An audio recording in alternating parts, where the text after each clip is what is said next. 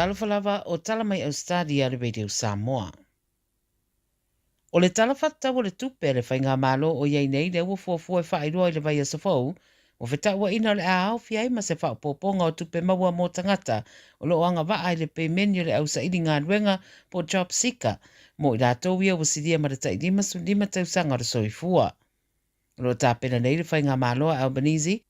mō sina whaopoponga i lea peimeni ia mawai se wha venga mo i rātou lo sa ili ngā ruenga a o siria maratai lima tausanga o le soifua. Sa tele le mauwhina ngaro whaaria sa tu ina atu i le malo e whaatatau le mata upurea, ma sa sainia fo e ni whaipure se to a whao le Labour i le vai aso taruai se tu sina tu whaatasia le Australian Council for Social Services e taro sanga i nai se si itanga i le peimeni o le job seeker. E siria ma le rua se rau rua sepuru wafe tangata e siria ma le tai lima tausanga le mātutua o le a whamniei na i rea si itanga pe a whai a whaataunu wina.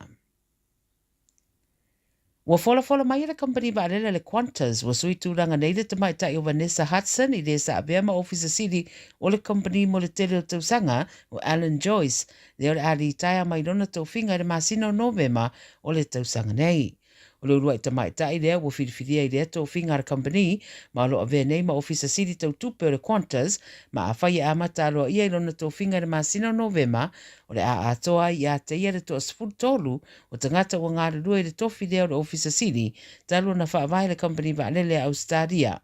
Pa mai Hudson o se whaaloalo maualunga le whiriwhiria o ia avea ma whaauru le company va lele le tunuu ma o lana mau le au nanga o lo tumu i tangata tārenia ma tele le tomai i le whaataunu uina o le matawhai o ia le company. Ta ua te whono le Qantas o Richard Goida e le i whaingo fia le whiriwhiria o Hudson i lea tō whinga.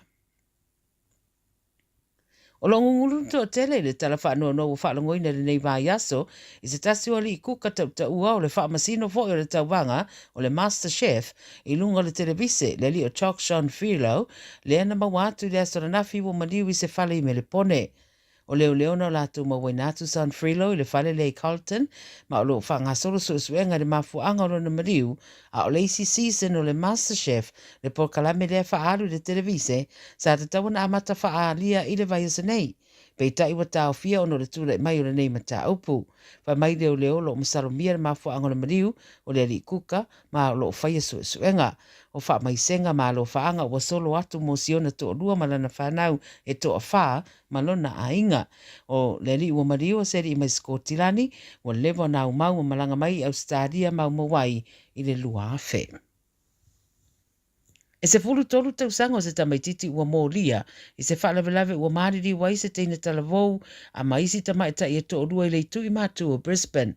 O le tausi soifua o Cherie Robertson e lima sudua tausanga mai Hervey Bay, sa ia ave ina le taavale anga i lona ainga i le manawa o ngā ruenga, a ua mariri u whaatasia i ma Kelsey Davis se fulu fitu tausanga, ma Michael Chandler se lua suriva tausanga, fa mai leo le tamaititi se fulu tolu tausanga na ave inane le taavale ngā oia o le Mercedes,